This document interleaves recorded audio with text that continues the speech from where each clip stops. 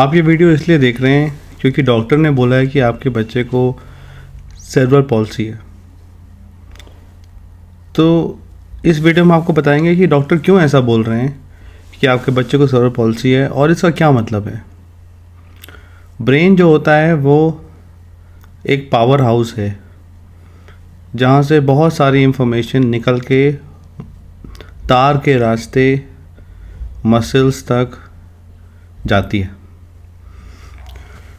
तो जो भी हम कर पाते हैं, जैसे पानी पीना हुआ या बोलना भी हुआ या जो भी एक्टिविटीज़ हम कर पाते हैं, भले ही हमारे ब्रेन में वो एक्टिविटीज़ चल रही हों, अगर वो तार जो कनेक्ट कर रही है ब्रेन के हायर फंक्शन को ब्रेन के मसल्स से, अगर वो तार टूट जाती है तो बच्चे के मसल्स में प्रॉब्लम दिखती है, बच्चे के जॉइंट्स में प्रॉब्लम दिखती हैं और उसकी वजह से बच्चे के पोस्चर में प्रॉब्लम दिखती है।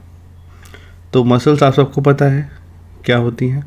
जॉइंट्स दो हड्डियों के बीच को कहते हैं और पोस्चर का मतलब है कि वो कैसे खड़े हुए हैं, कैसे बैठे हैं, उनकी कमर सीधी है कि नहीं।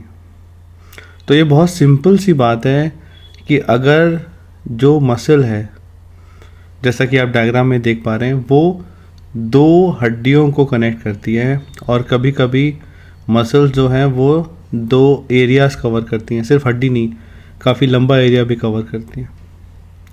तो मसल में अगर स्ट्रेचिंग सही से नहीं हो पा रही है, मसल्स को सही से ऊपर से इंस्ट्रक्शंस नहीं मिल रहा है, तो मसल्स टाइट हो जाती हैं या मसल्स बहुत लूज़ रहती हैं या मसल्स आपस में कोऑर्डिनेट नहीं कर पाती।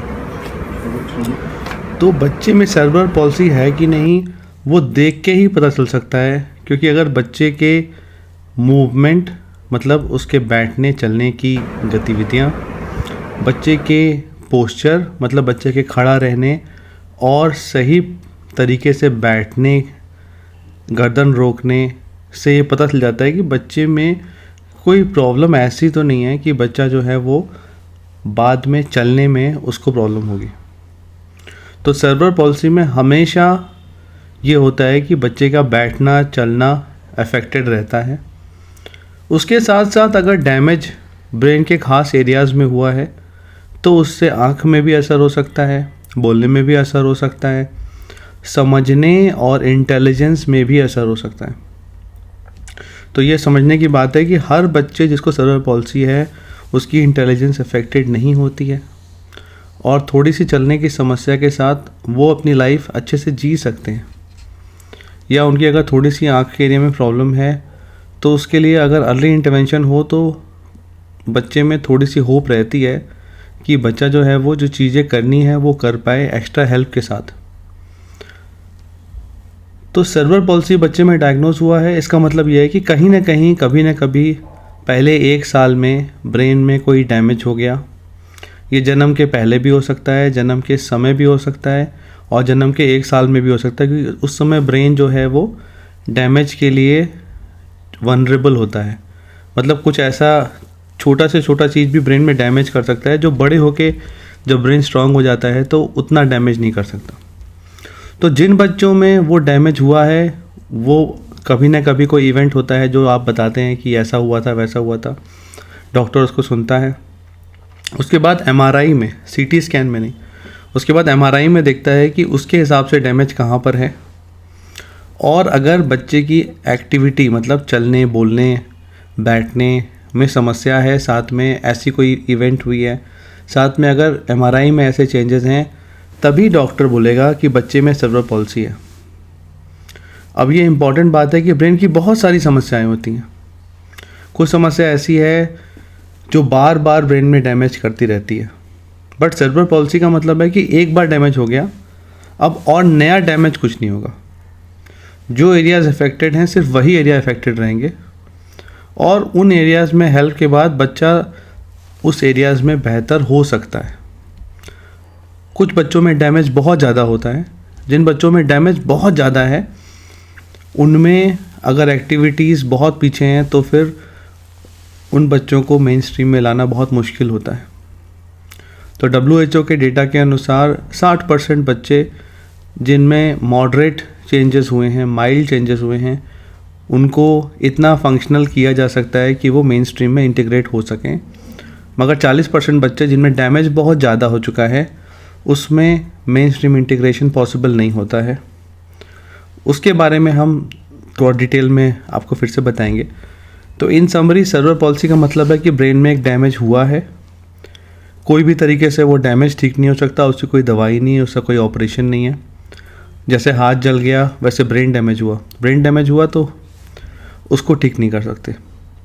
बट जो ब्रेन बचा हुआ है, अगर जो ब्रेन बचा हुआ है और वो सब्सटेंशियल बचा हुआ है तो उसके इंटरवेंशन या उसके डेवलपमेंट से बच्चे को फंक्शनल बनाया जा सकता है।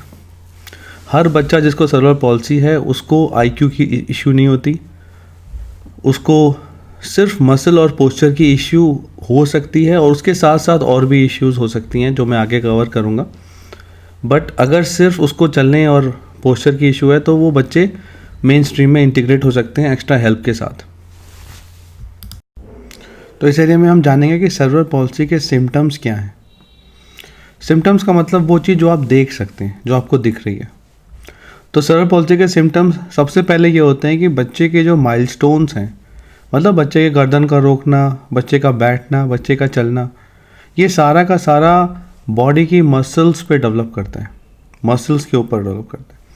तो जो एरियाज़ हैं, माइलस्टोन्स के जो एरियाज़ हैं वो पीछे हो जाते हैं। मतलब बच्चा नॉर्मली 3 महीने पे गर्दन अगर रोकता है तो 6 महीने 9 महीने पे भी अगर गर्दन ना रोके तो इसका मतलब ब्रेन में कोई ऐसी प्रॉब्लम है जो मसल्स को स्ट्रॉन्ग होने नहीं दे रही है।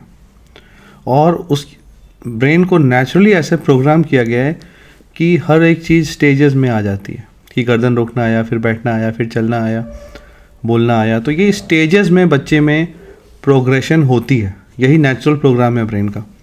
बट ब्रेन में अगर तार टूटे हुए हैं, अगर डैमेज है तो सबसे पहले जो दिखता है कि बच्चे का डेवलपमेंट पीछे हो गया है, एज से पीछे हो गया है। उसके साथ साथ ये भी हो सकता है कि बच्चे को अर्ली एज में सीजर्स आएँ। तो जब बच्चा छोटा होता है, अगर मान लीजिए ऑक्सीजन की कमी हुई और उसको सीजर्स आए तो उसका ये मतलब है कि ब्रेन में किसी कारण से ऑक्सीजन की कमी हुई। उस समय जो सीजर आ रहे हैं वो ऑक्सीजन की कमी से आ रहे हैं।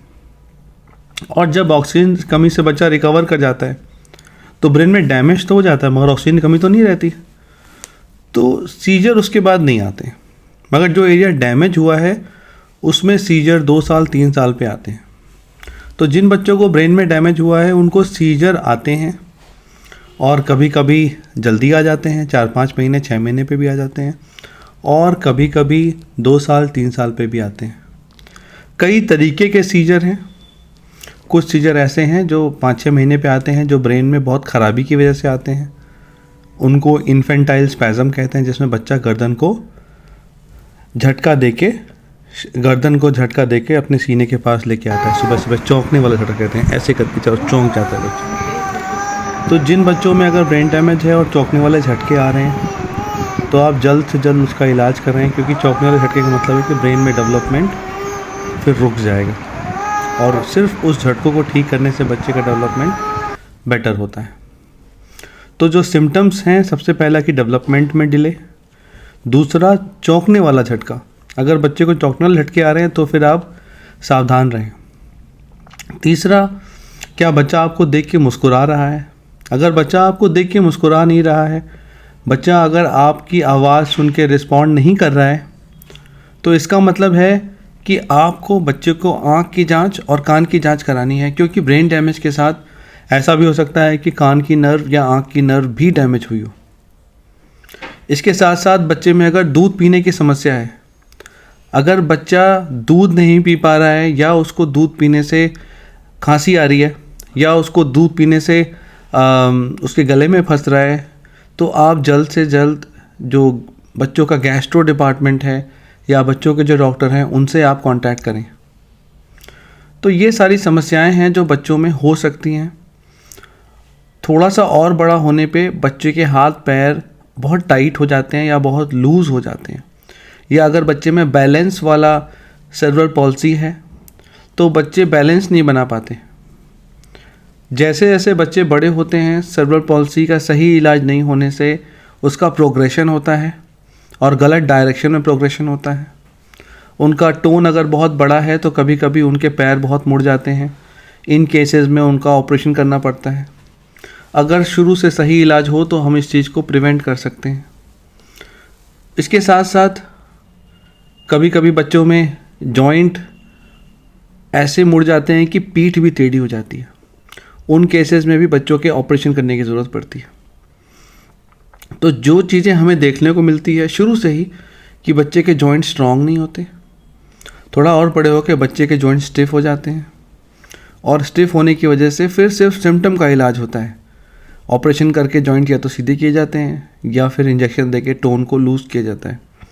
बट अगर बच्चों को शुरू से ही आइडेंटिफाई कर लिया जाए कि हाँ इन बच्चे में प्रॉब्लम थी, और शुरू से ही बच्चे के साथ सही तरीके से इंटरवेंशन किया जाए, मसल्स को एक सही डायरेक्शन में लिया जाए, उनकी कोऑर्डिनेशन को अच्छे से किया जाए, तो बच्चों में प्रोग्नोसिस बेटर हो सकता है, उसकी संभावनाएं हैं। बट हर पेशेंट को ठीक करना सिर्फ ब्रेन डैमेज पे डिपेंड करता है, कितना डैमेज है। अगर डैमेज बहुत ज़्यादा है तो फिर वो पॉसिबल नहीं होता है।